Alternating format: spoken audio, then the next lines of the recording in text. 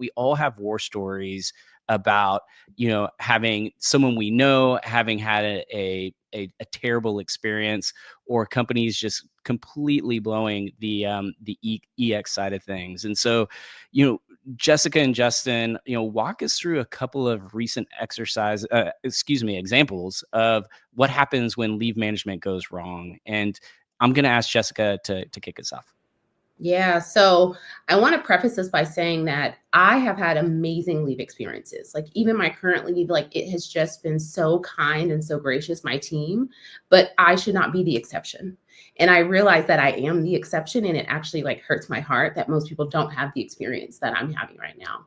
A lot of people haven't experienced, like some examples that I have personally seen is someone goes on parental leave, but their manager continuously is just checking in or needs updates from them on their, like on things that are going on. So they didn't like necessarily do any prep before they left. And so now things are hanging and they need them to check in frequently. And that's via text message, that's via Slack. That's like, can you jump on a call with me? And like, a baby screaming in the background, like that doesn't feel good. So I've seen that happen. I've had someone be approved for intermittent leave. So this person had a medical situation where they needed to go to several doctor's appointments. So they were being approved for leaves. And they were scheduling these doctor's appointments to be like, take half a day situation. And then they were now seen as they're not committed enough. They're not committed enough because they are taking days off before all these medical appointments. But it was approved. And this is something that like, they are still getting their work done, but now they're not committed. And that was the feedback in performance reviews. And then when parents return and feel like their job has kind of been edged out of them, like other people have taken over a certain task and they're not like giving those tasks back, or they feel like, why is it that when I came back, like no one even acknowledged me, or, I wasn't really welcomed back. And so those are 3 examples that just hurt your culture because other people are seeing this. And so I, in those situations, I saw that and I knew this was before I had kids that like, oh, wow, that's going to be my experience. Like, how am I going to feel when that happens to me? So not only is it happening to that one person, people are seeing it and then making decisions on if they want to stay at that company when they have to go through a leave experience. So it's much bigger than the like one person, one experience, because everyone is seeing what's happening. And I actually chose to leave an organization because I knew when I wanted to have kids, that was not the place that I wanted to be when I was going to have my kids. So keep that in mind, because I made a decision to leave based on what I saw there. It's so interesting. And what's coming up for me, Jessica, is that like most, if not all of those are avoidable. Like these aren't super complex things that, couldn't have been prevented. And so interesting. So Justin, what do you have for us? Yeah, a couple of things. First of all, so much of this is controllable. These are choices that we can make. Okay. So if you're thinking about leave, if you're thinking about your policy, if you're thinking about how you support people, think about the choices that your organization can make. Kind of to Jessica's point about people leaving. Jessica left before she was going to have kids. We ran a poll at Bereave, and we're going to look at this through a little bit of a different lens than parental and talk about bereavement leave. But we ran a poll last year.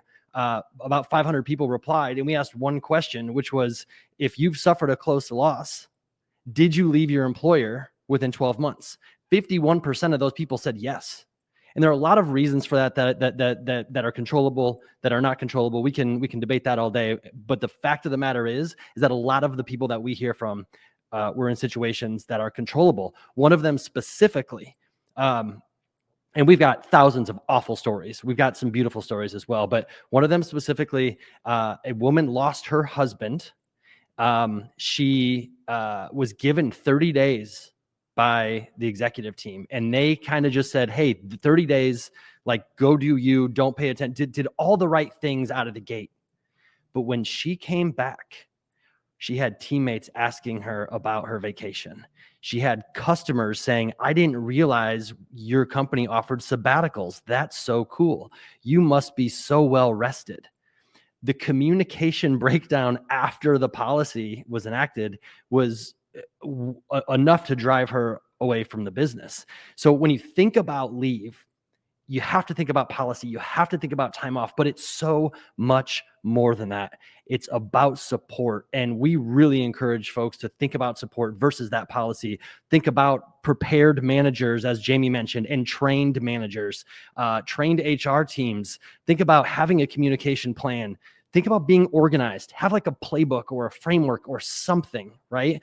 And then you have to nail the return to work, right? You have to consider, do people need a modified schedule? Do they need a modified workload? Do we need to change the way they're evaluated, to the point somebody made about salespeople, right? Do we need to adjust their quota and ramp them back in?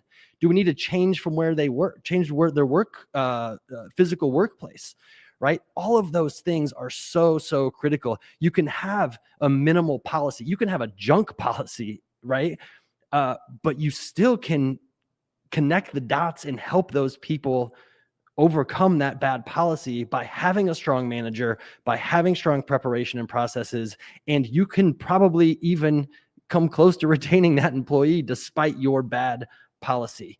The compliance piece that was mentioned, right? I've been a part of creating half a dozen parental leaves as a sales leader, and I got so much of it wrong so early on. I learned a lot as a parent, but also we got to the point where we were a distributed workforce. We had a to-be mother in California, and we're in Indiana, and we spent dozens of hours, right? Dozens of hours trying to navigate that with a spreadsheet. And that did not go well. There was so much waste. We learned a lot, but there was so much waste that went into it. And we are so lucky that we nailed it. And she came back and said, hey, without that, if I would have had to go navigate who's going to pay me, when I'm getting paid, how I have to pull leave in versus the parental policy, it would have been a disaster. And she was very, very grateful and went on to become one of the top reps that we had. Is this normal that, employees do not know what they have entitled to them in terms of their leave benefits? I'll take this and I'll say absolutely that's true. And one of the things that my team does is we do a Monday, did you know? And it's not specific to benefits, but we will literally say, did you know that you have this benefit? Did you know that we're doing XYZ? And we make it so that we are continuously putting things out there of did you know you have this? Because a lot of people, until they need it, they don't think about it. So for me, when I was interviewing at companies, I was very interested in their parental leave because I knew I wanted to have kids, but before that, in my 20s, you would have asked me about the policy. I don't care. I'm not having any babies. You know what I mean? So I think it's very much like the season that people are in and reminding them. So that's one of the things that we do in a Slack channel. Every Monday, you get an HR Did You Know? And it's about anything in the company, benefits included, because a lot of people do not know what's available to them. I'll throw this out. One of our customers did this just to kind of go off of what Jessica's talking about. And I hadn't seen it until I got an email from them recently. All of their HR team, 15 people on their HR team, have in their signature a block of staff resources. Here's our EAP phone number. Here's the nurse triage phone number. Here's our benefits portal. Here's our employee HR portal. Here's Frontline. Here's grief resources through Bereave. Here's the wellness clinic number or link to schedule an appointment and the benefit guide. All of those things are listed. And I was amazed to see that. And it feels like such an easy thing to do, to provide those every single time an HR person emails. But I mean, why stop there? Why not put it in the manager's signatures as well? Oh, I love that. Can I build? Yeah, please. We have time. Question. The one addition I would make to those two really great points is we got to talk about our managers, right? Because the best and most incredible HR leaders in the world still need the partnership of those people leaders and managers, especially in the world of leave. Because as my fellow leave nerds on the call know, a leave qualifying event doesn't always come in the form of, hey, I need a leave. So managers have to be well-versed enough to notice and be educated to understand what looks and potentially qualifies for a leave event. And so that's even more of the onus on those that are working closest with their employees to know what that looks like and to ask the right questions, and then guide them to the benefits that the employer has. Jennifer made a point earlier. People just want to be treated like people and not have the stigma of using leave many times, which is a company provided benefit. And I think this came up, this was mentioned earlier in a slightly different way. How do we begin to remove the negative stigmas associated with taking your leave benefits? sorry if that's a basic question, but I do agree with this point. And some people are going to boldly take their leave because that's who they are. But a lot of people just don't want to rock the boat. And culturally, I was raised as someone, you don't question what you're being told. You don't, like, especially in a time like being out, like, mijo, you need to have a job when you're back. So I'm just curious what the perspective is there. I kind of want to jump in here. So what I'll say is just a quick story is that when we had our first set of twins, my husband was working at a different law firm, and there they technically had 6 weeks, but no one there had taken more than 2 weeks. So put that in perspective.